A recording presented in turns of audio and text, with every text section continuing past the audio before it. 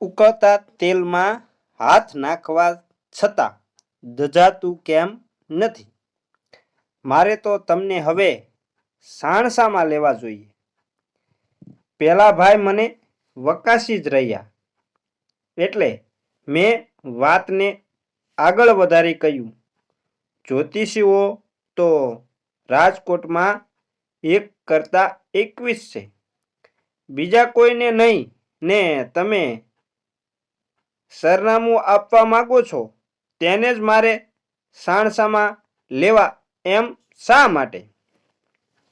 તારીખ 19/9/1999નો લખાયેલો એક વાચકનો પત્ર મને મળ્યો છે.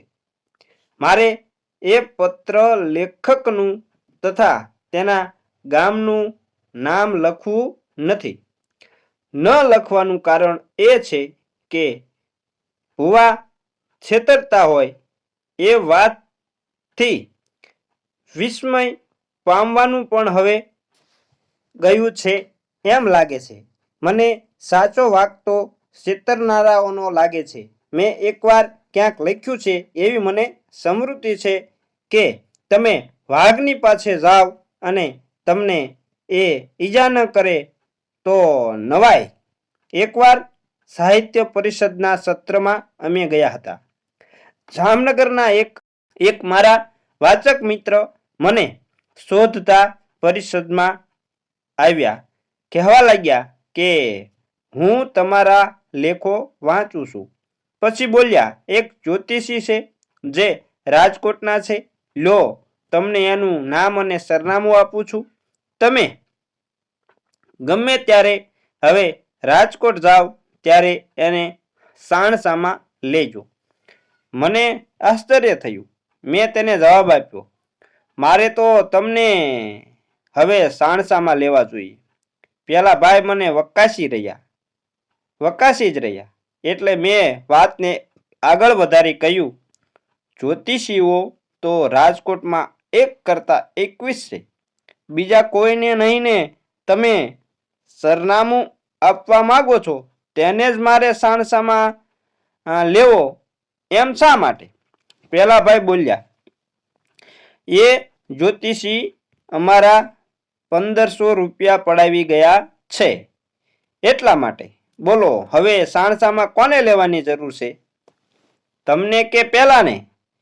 મારા લેખો તમે વાંચો છો, ગમે છે એમ કહો છો. હું પરિષદમાં આવ્યો છું એમ જાણીને તમે મને મળવા પણ આવ્યા છો. આટલો મારા લખાણોનો, લેખોનો તમને પરિચય છે છતાં તમે તેનાથી છેતરાવા માટે ગયા. તેમાં વાંક કોનો? જોકે આ વાત જરા જુદી છે. પત્ર લખનાર માણસ છે તે પોતે છેતરાયો નથી કે છેતરાય એવો પણ નથી, પરંતુ લોકો ઘેટા બકરાની માફક આ જગ્યાએ અને ભુવા પાસે છેતરાવા માટે મોટી લાઈનો લગાડે છે. તેનું તેમને દુઃખ છે. તેમના પત્રના અંશો રજૂ કરું કે જેથી બીજા વાચકોને પણ માર્ગદર્શન મળવાનો સંભવ ખરો. લખે છે, પાવર હાઉસથી રેલના પાટા વટીને એક મેલડીમાનું મંદિર આવેલું છે. ત્યાંના ભુવા ઈશ્વરભાઈ મગનભાઈ જોગણિયા છે. નામ બદલાવ્યું છે. ભુવો યુવાન છે અને કોલેજિયન સ્ટાઇલમાં રહે છે. પોતે ભૂત પ્રેત, ડાકણ અને વળગાડ કાઢવામાં એટલી ખ્યાતિ ફેલાણી છે કે પૂના, મુંબઈ, સુરત, વડોદરા, અમદાવાદ વગેરે જગ્યાએથી ભણેલા ગણેલા માણસો કારણ કઢાવવા અહીં આવે છે. મોટા ભાગે તેમાં સ્ત્રીઓ હોય છે. હાથની આંગળીઓમાં વીંટીઓ, ગળામાં સોનાનો દોરો, સોનાથી મઢેલા વાઘના નખ, આ બધું તાંત્રિકોએ ભેટ આપ્યું છે એમ કહીને તે પહેરે છે. સેન્ટ અંતરનો શોખીન છે. આજુબાજુના ગામડાઓમાંથી ભરવાડ, રબારી, કણબી, પટેલ, દરબારો વગેરે કારણ કઢાવવા વળગાડ કઢાવવા આવે છે. તેમને ઉતરવા માટે મંદિરની પાસે જ ભાવિકોના પૈસાથી માળબંધ પાકા મકાનો બાંધ્યા છે. તેમાં લોકો રાતવાસો કરે છે. ભૂવો પોતે હીરો હોન્ડા પર ગામડાઓમાં જાય છે. કારણ કઢાવવા ખૂબ આવક કરે છે. નવરાત્રિમાં 5-7 માંડવા નાખવાની માનતાઓ આવે છે. 9 દિવસે ડાકલા વાગે છે. તાવની માનતાઓ આવે છે. ઉકળતા તેલમાં હાથ નાખીને તળાતી રોટલીઓને, જેને માતાજીની સુંવાળી કહે છે, ચાપડી કહે છે, તે ફેરવે છે. પાણીમાં હાથ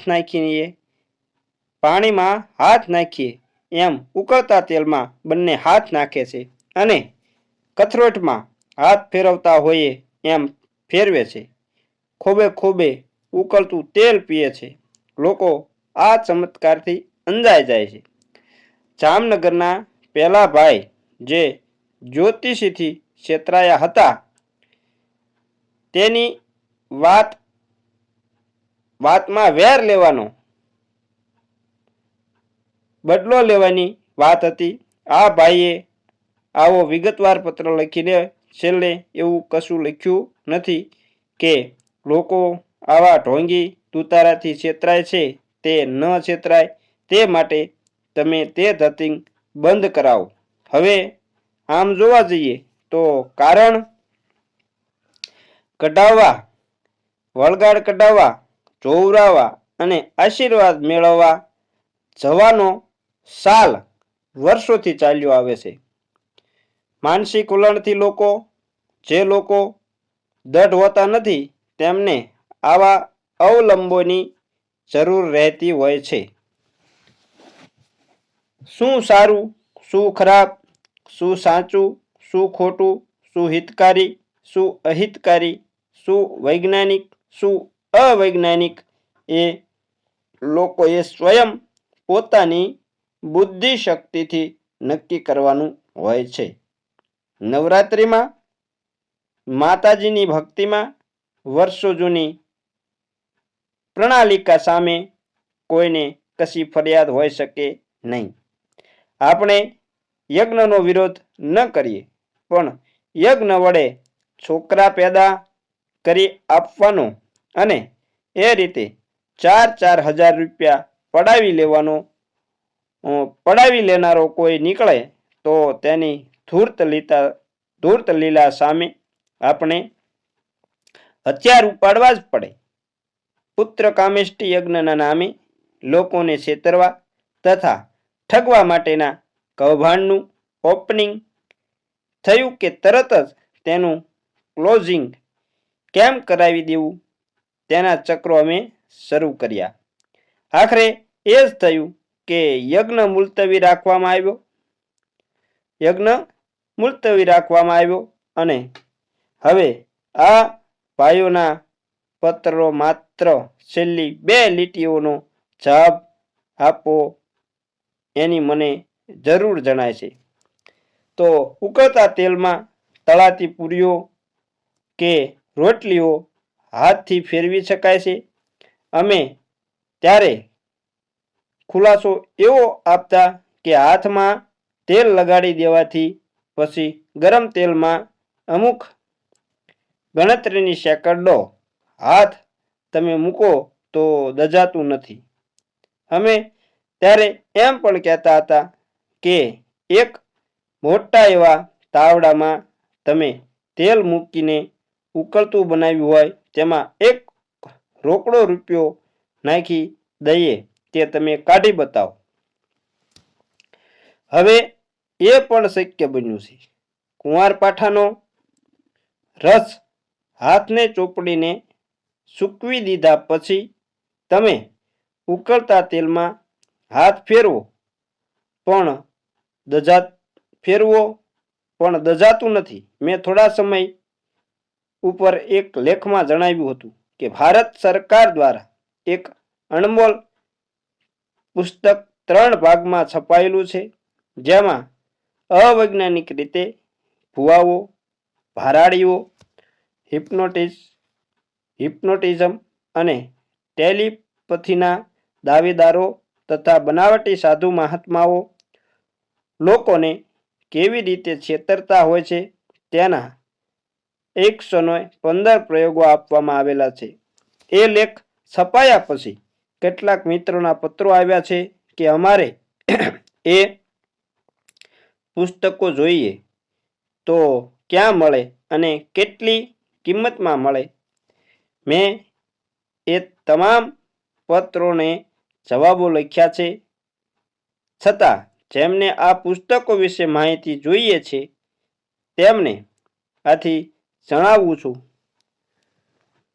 છત તો કુછ ઓર હૈ, જણાવું છત તો કુછ ઓર હૈ એ શીર્ષક સાથે 3 ભાગમાં આ પુસ્તક પ્રકાશિત થયેલું છે. હિન્દી તથા અંગ્રેજી એમ બંને ભાષામાં પ્રયોગો અને વૈજ્ઞાનિક સમજ આપવામાં આવી છે. વોલ્યુમ 1ના ₹30, 2ના ₹32 અને 3ના ₹20 એમ કુલ ત્રણેય વોલ્યુમના ₹82 છે. રજિસ્ટર્ડ પોસ્ટથી મેળવવા ₹100 મોકલવા જરૂરી છે. National council for science and technology communication, department of science and technology, government of India, technology Bhavan, Naya Mehrauli માર્ગ, ન્યૂ દિલ્હી 110016 એ સરનામેથી પુસ્તકો મેળવી શકાય છે. જે ભાઈઓએ ઉકળતા તેલમાં હાથ બોળવા વિશે લખ્યું છે તેનો જવાબ તમને આ પુસ્તકના પહેલા ભાગના 5મા પ્રયોગમાં મળી જવા પામે છે. તેમાં એક કઢાઈમાં 6 લીંબુનો રસ કાઢીને તેના બિયા કાઢી નાખવાની સૂચના અપાય છે. રસ કાઢ્યા પછી તેમાં ઉપર તેલ નાખવાની વાત છે. પછી જલતા સ્ટવ ઉપર રાખવાનું. થોડી વાર પછી તેલ ઉકળવા લાગે એટલે ઉકળતા એ તેલમાં તમે આસાનીથી હાથ બોળી શકો. ઉકળતું ગરમા ગરમ તેલ કરામત વગર ખોબે કોઈ પી ના શકે.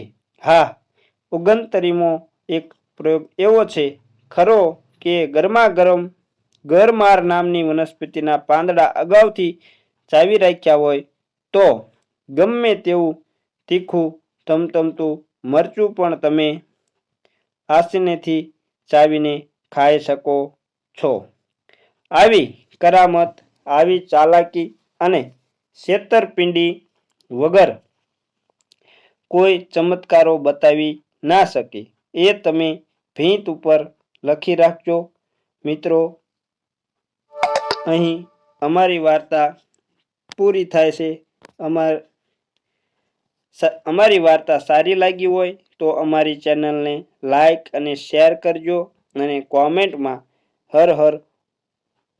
કોમેન્ટમાં જય માતાજી લખવાનું ભૂલતા નહીં. અને ચેનલ પર નવા હોય તો હું તમને એક વિનંતી કરું છું, એક અનુરોધ કરું છું કે અમારી ચેનલને સબસ્ક્રાઈબ જરૂર કરી લેજો અને સાથે સાથે બેલ આઇકનને પણ દબાવી